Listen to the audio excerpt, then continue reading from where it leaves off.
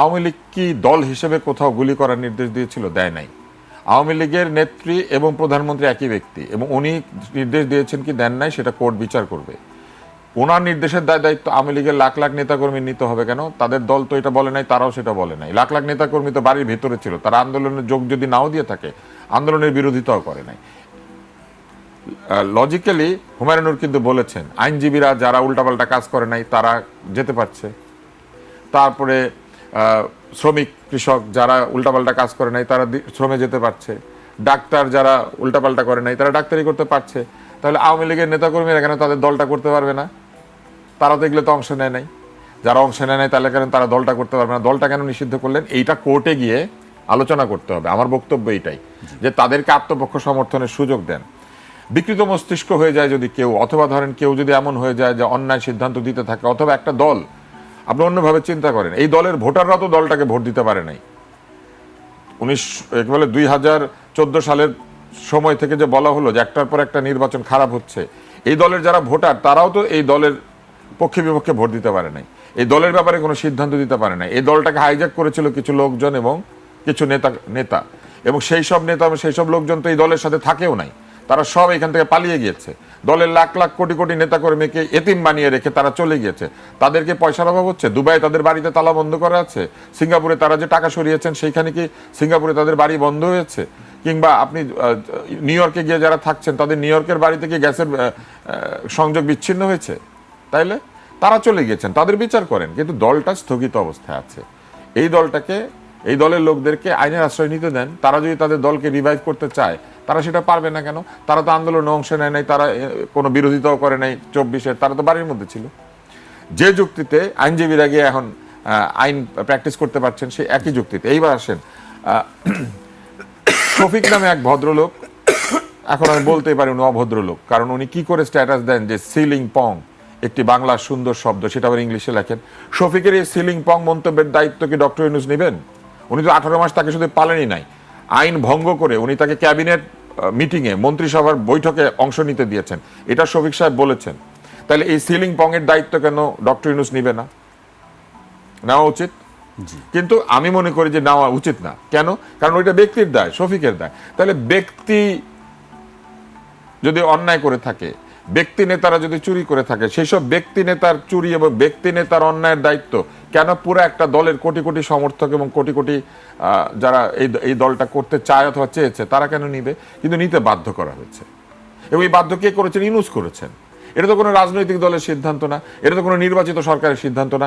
এই ইউনূস তো একটার পর টাইম ভেঙেছেন। উনি রাষ্ট্রপতিকে না জানিয়ে চুক্তি সই করেছেন, উনি রাষ্ট্রপতির ছবি নামিয়ে ফেলেছে, সেটা সাংবিধানিক না, সেইখানে আশকারা দিয়েছেন।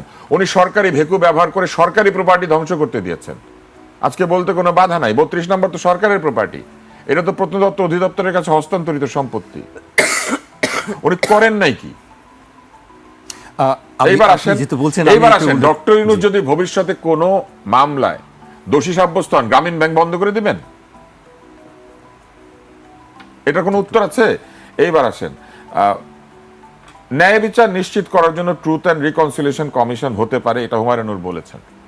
আমি মনে করি এটা হতে পারে। ম্যান্ডেলা করেছেন, পৃথিবীর বিভিন্ন দেশে হয়েছে। ট্রুথ অ্যান্ড রিকনসিলিয়েশন কমিশন তো করেনি নাই, না করেই কিন্তু আপনি শাস্তিটা দিয়ে দিয়েছেন। তো এটা করলেন না কেন ন্যায় বিচার নিশ্চিত করার জন্য? এইবার আসেন যারা অংশ নেয় নাই তারা, বা যারা উল্টাপাল্টা কাজ করে নাই তারা তাদের কাজ করতে পারবে। এটা তো নীতিগতভাবে আমরা তিন পক্ষে একমত হয়েছে এই আলোচনাতেই। সাদিক কায়েম স্ট্যাটাস দেয় নাই নৌকার জয়, তো সে তো সরাসরি নৌকার পক্ষে ছিল, সে স্ট্যাটাস দিতে গেল কেন? গুপ্ত ছিলি গুপ্ত থাকবি, গুপ্ত অবস্থায় থাকে নাই তো। ওই অবস্থায় প্রকাশ্যে নৌকার পক্ষে স্লোগান দিয়েছে এবং নৌকা জিতেছে, এই জয় অভিনন্দন জানিয়েছে, নৌকার স্ট্যাটাস সবাই দেখেছে। তাহলে যে প্রকাশ্যে এই কাজ করলো সে কি করে আবার এখন আছে? নিজের গরু ভালো, অন্যের গরু ভালো না, তাই না? নিজের গরু তরু খায়, অন্যের গরু ঘাস খায়, ব্যাপারটা এরকম হয়ে গেল না?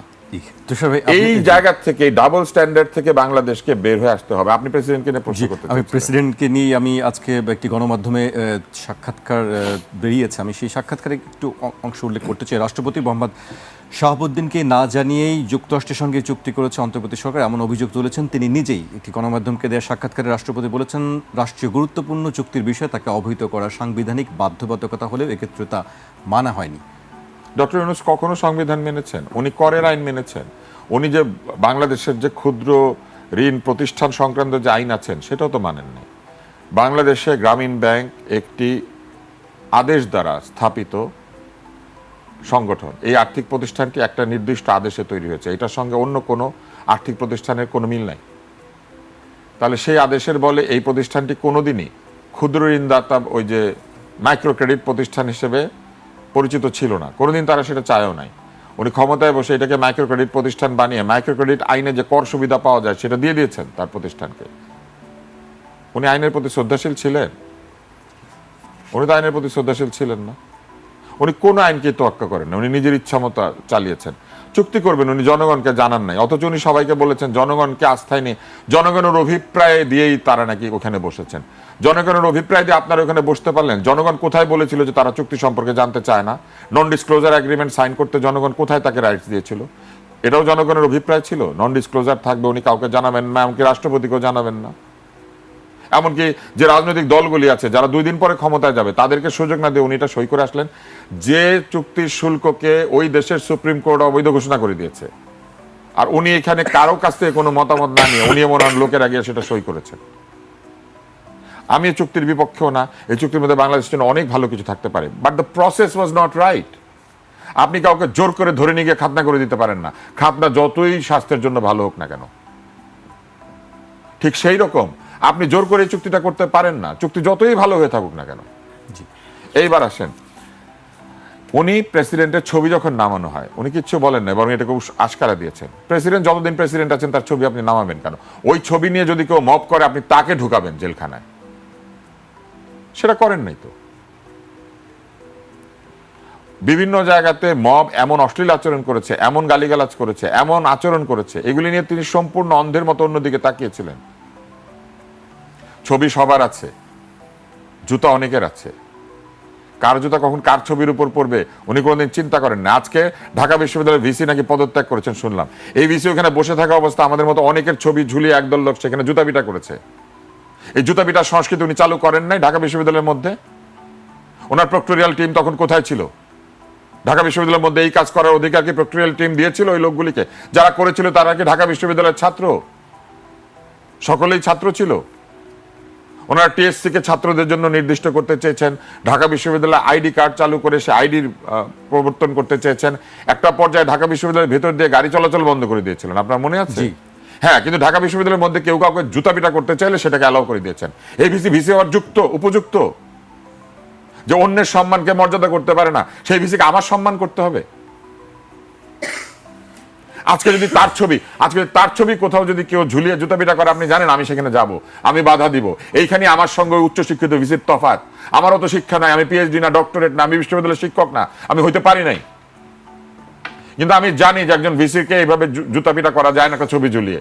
এইটুক শিক্ষা আমি পেয়েছি, এই শিক্ষা আমাকে এই সমাজ দিয়েছে, এই সংস্কৃতি দিয়েছে। আমার জীবনে অনেক অন্যায় অনেক কিছু থাকতে পারে, কিন্তু অন্যের সম্মান রক্ষা করার জন্য আমি ঠিক এখনো পর্যন্ত যেতে পারি। সেই জায়গাতে ভিসি তো যেতে পারে নাই। এত লেখাপড়া দিয়ে কি হবে?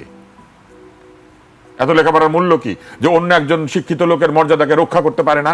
এত নোবেল দিয়ে কি হবে যে নোবেল আরেকজন লোকের সম্মানকে রক্ষা করতে জানে না? এই সম্মান রক্ষা করার জন্য কি আমরা নৈতিকভাবে দায়ী? আমরা নৈতিকভাবে বাধ্য না। কিন্তু তারপরেও আমরা এটা করি। কেন করি জানেন? অন্তত 10 দিনের জন্য হলে উনি আমার চেয়ে বয়সে বড়। ওই বয়সে বড়কে সম্মান করাকেও এই সমাজ থেকে অন্তর্হিত করা হয়েছে। সবকিছু জায়েজ। আপনার বয়স কম, সেজন্য আপনি যা খুশি তাই করতে পারবেন। শুধু যে প্রেসিডেন্টকে এই কাজ করা হয়েছে তাই কি? ওনার বাণী দিতে দেয় নাই। এবং প্রেসিডেন্ট যে কথাগুলি সংবাদপত্রে এখন বলতে পারছেন, এটাও তো বলতে পারেন নাই। তাহলে বাক স্বাধীনতা কে দিল? তারেক রহমান দিল, ডক্টর ইউনূস দেয় নাই।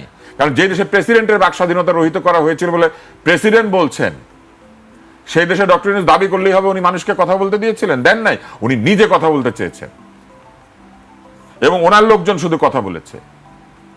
এবং আমাদের মতো কিছু লোক বেয়ারা প্রকৃতির, আমরা কথা বলে ফেলেছি কোনো কারণে। জি তুষার ভাই, আমরা আপনার বক্তব্য উনি এত কথা বলেছেন। উনি যখন তথ্য বিষয়ের উপদেষ্টা ছিলেন, উনি বলেছিলেন যে স্বায়ত্তশাসন দিতে হবে, বিটিভি এগুলোকে সব স্বায়ত্তশাসিত করতে হবে। উনি ওনার বিভিন্ন লেখার মধ্যে লিখেছেন গণমাধ্যমকে স্বাধীনতা দিতে হবে। গণমাধ্যম দখল হয় নাই ওনার সময়? গণমাধ্যম দখল করা উনি বন্ধ করতে পেরেছিলেন?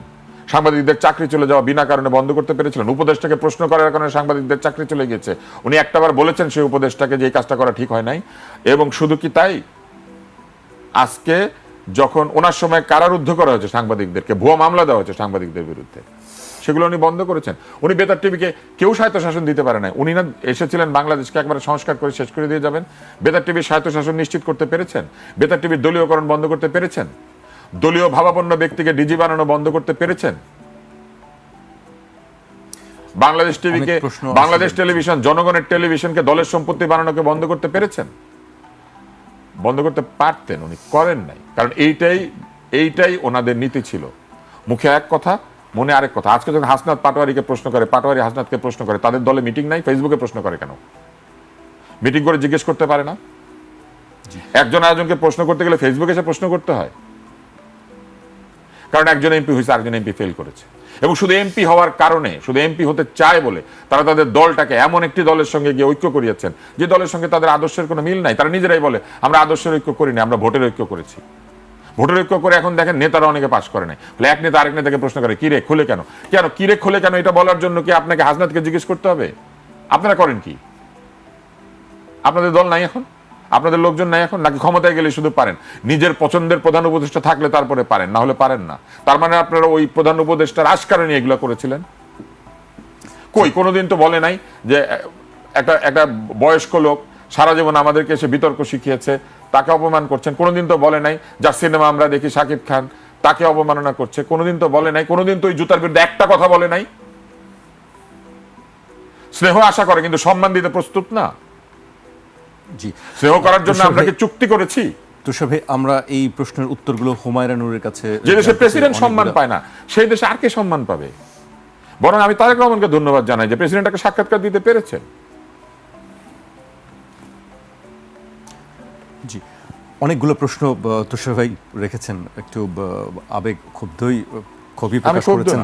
আমি ক্ষুব্ধ না, এই কথাটা আমি জোরে বলেছি, কারণ কিছু কিছু কথা জোরে বলতে হয়। আমরা যখন বিতর্ক করি আমরা লোকজনকে বলি you have to modulate your voice. When you really want to speak, you have to speak. When you say that I have a dream, you have to say it loudly that I have a dream. Of course. হুমায়ুনের কাছে এই প্রশ্নগুলো উত্তর জানতে চাই আসলে। প্রথম কথা হচ্ছে তুষার ভাই বলেছে যে আমরা স্নেহ চাই কিন্তু আমরা শ্রদ্ধা করতে চাই আপনারা চান না, যারা এইসব বেয়াদবি করে তারা। আপনি তো এর মধ্যে নাই, আপনি তো বেয়াদব না। না, আমার দলের 5টা মানুষ যদি খারাপ হয় আমি তো একা ভালো হতে পারি না, এই খারাপের দায়িত্ব আমার উপরেও আসে।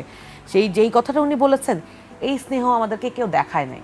এই চেয়ারে বসেই সারা বাংলাদেশের মানুষ যখন আমাদের সাথে এই আন্দোলনে একাত্মতা ঘোষণা করে, তখন ভদ্রলোকেরা আমাদেরকে তিরস্কার করে এবং এই তিরস্কার আজ পর্যন্ত শেষ হয় নাই। এবং আমাদের অপরাধ একটাই, যে আমরা মানুষকে একত্রিত করার জন্য ওই যে হাসনাত আব্দুল্লাহ, নাসিরউদ্দিন পাটোয়ারি ফেসবুকে কেন লিখে? কারণ ওই ফেসবুকটা মানুষ দেখে। ফেসবুকের রাজনীতি করে যখন মিথ্যা প্রচারণা করা হয় এবং ফেসবুকে যখন সরকার বিরোধী কথা বলার কারণে শেখ হাসিনা মানুষকে তুলে নিয়ে যায়, তখনও কিন্তু মানুষ চুপ ছিল। কিন্তু এই ফেসবুকের রাজনীতি দিয়েই কিন্তু গণ অভ্যুত্থানে মানুষগুলো একত্রিত হয়েছিল বলে এই ফেসবুককেই বন্ধ করতে হয়েছিল। সুতরাং ফেসবুকে আন্দোলনটা, আমি ব্যক্তিগতভাবে শুধু ফেসবুকের আন্দোলন হোক এইটা আমি না চাইলেও ফেসবুক এবং সোশ্যাল মিডিয়াতে প্রতিবাদ চলবে এবং মানুষকে সেইটার বিষয়ে সচেতন করার রাজনীতিটা চলবেই। কারণ এইটাই বাংলাদেশের মানুষ অভ্যুত্থানের সময়ও শেখ হাসিনার বিরুদ্ধে আন্দোলন করতে যে সাহসটা জুগিয়েছিল এই সোশ্যাল মিডিয়ার কারণেই হয়েছিল এবং এই সোশ্যাল মিডিয়া বন্ধ করার কারণেই মানুষ পথে নেমে এসেছিল। এক, দ্বিতীয় হচ্ছে শ্রদ্ধা অশ্রদ্ধা করার যে বিষয়টা এসছে, যেই রাষ্ট্রপতিকে আপনারা শ্রদ্ধা করতে বলেছেন, যখন এতগুলো মানুষকে রাষ্ট্রপতি এগুলো শ্রদ্ধা করতে বলে নাই। আমি বলি, ধরেন এই রাষ্ট্রপতিকে তো আমি রাষ্ট্রপতি মানতে চাই না, তার তো আমি অপসারণ চেয়েছিলাম, তাকে কেন বসিয়ে রাখা হলো? করেন নাই কেন? এই রাষ্ট্রপতির অপসারণ তাকে করা হয় নাই শুধুমাত্র, আমি উত্তর দিচ্ছি। তথ্য উপদেষ্টা ছিল মাহফুজ। ধরেন উত্তরটা আমাকে দিতে দেন, তাহলে আমি বলতে পারবো। সেও তো বলে আপনারা কথা বলার সময় কিন্তু আমি কিছু বলিনি।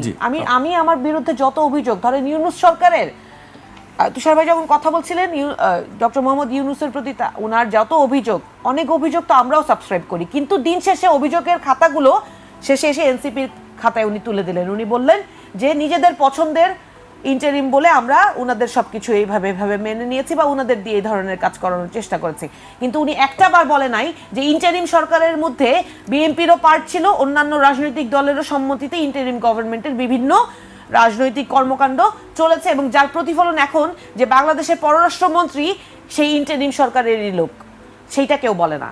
দিন শেষে এনসিপির উপর দোষ চাপানোটা খুব সহজ। এই রাষ্ট্রপতিকে তো আমি রাষ্ট্রপতি মানি না। এই রাষ্ট্রপতি সেই রাষ্ট্রপতি যে নির্বিচারে এতগুলো নিরস্ত্র মানুষকে হত্যা করার সময় সে ওই রাষ্ট্রপতির বাণীর কথা বলছেন, তখন উনার বাণী কোথায় ছিল? তখন বিচারের বাণী নির্ভীতে কেঁদেছে এবং উনি অন্ধকারে উনি লুকিয়েছিলেন, উনার কিন্তু আপনি বাসভবনে সাদিক উনি চাঁদকে লুকিয়েছিলেন। তখন উনি জনগণের জন্য উনার বয়ান কোথায় ছিল? তখন এই সুশীল ব্যক্তিরা কোথায় ছিল? তখন কেন তারা প্রশ্ন করে নাই যে যেই রাষ্ট্রপতি জনগণের জন্য স্পিক আপ করতে পারে না, we don't want to see him as our president anymore, he is no more our president. এই যে পদবি, উনার বাকস্বাধীনতা, এই বাকস্বাধীনতা জনাব তারেক রহমানকে কি শেখ হাসিনা দিয়েছিল বিগত 17 বছর? তারেক রহমানের বন্দনায় উনি ভেসে যাচ্ছেন, কারণ তারেক রহমান সাংবিধানিক কন্টিনিউইটির নামে এই রাষ্ট্রপতিকে, আপনার কথা বলিনি, চুপ্পু সাহেবের কথা বলেছি, উনি তো তারেক রহমানের বন্দনায় ভেসে যাচ্ছেন।